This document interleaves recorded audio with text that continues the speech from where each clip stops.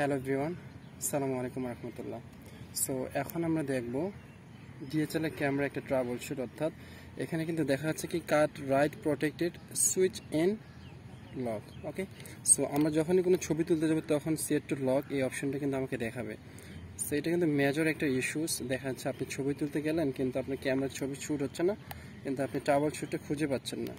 তো যখনই card right protected দেখাবে এটা ইস্যু মানে হচ্ছে আপনার মেমোরি কার্ডের সমস্যা। তো মেমোরি কার্ডটা লক হয়ে গেছে, আপনাকে সেটা কি করতে হবে?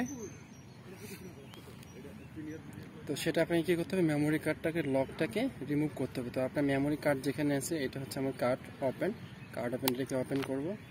ওপেন করে আমি মেমোরি কার্ডটা এখান থেকে বের করব। তো এটাকে আপনাকে যেটা করতে হবে, ক্যামেরাটাকে অফ করে নিতে হবে। ঠিক আছে, নেওয়ার পর এখানে দেখবেন এই যে একটা লক এখানে দেওয়া আছে। তো এখানে দেখা যাচ্ছে এই যে একটা লক চিহ্ন দেওয়া আছে। লক যেহেতু এখানে লগের দিকে এটা দেওয়া আছে সেহেতু কিন্তু কাট রাইট প্রোটেক্টেড দেখাচ্ছে।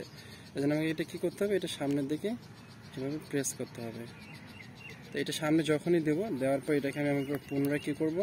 ইনসার্ট করব। আমার মেমোরি স্লটের জায়গায় এটাকে ইনসার্ট করি, তারপর এটাকে লাগা দিই, তারপর ক্যামেরাটাকে পুনরায় অন করব। অন করার পরে এখন যদি আমি এটাকে ছবি শ্যুট করতে যাই তাহলে কিন্তু ছবি তোলা হয়ে গেছে। ঠিক আছে, সো দেখা যাচ্ছে নট অনলি এই ক্যানন ক্যামেরার ক্ষেত্রে, যে কোনো ক্যামেরার ক্ষেত্রে কিন্তু সেম প্রবলেমটা হয়। আমি যদি আপনাকে এই ক্যামেরাও দেখাই দিচ্ছি, সাপোজ ক্যামেরাটাকে অন করি, এই ক্যামেরা যদি আমরা দেখি তাহলে এই ক্যামেরা যখন আমি ছবি তুলতে যাব এখানেও কিন্তু সেম একই ইস্যুটা দেখাচ্ছে যে card right protected switch. Okay, card right protected switch in shed lock. তো এটার জন্য আমাকে সেম একই কাজ করতে হবে। আমাকে ক্যামেরাটাকে অফ করে নিতে হবে, কার্ডটাকে ওপেন করে এই যে এখানে দেখুন কার্ড এই যে লক করা আছে, এই লকটাকে কী করতে হবে? রিমুভ নিচের দিকে দিতে হবে। আবার পুনরায় এটাকে ইনসার্ট করব, দেন এটাকে অন করে দেব।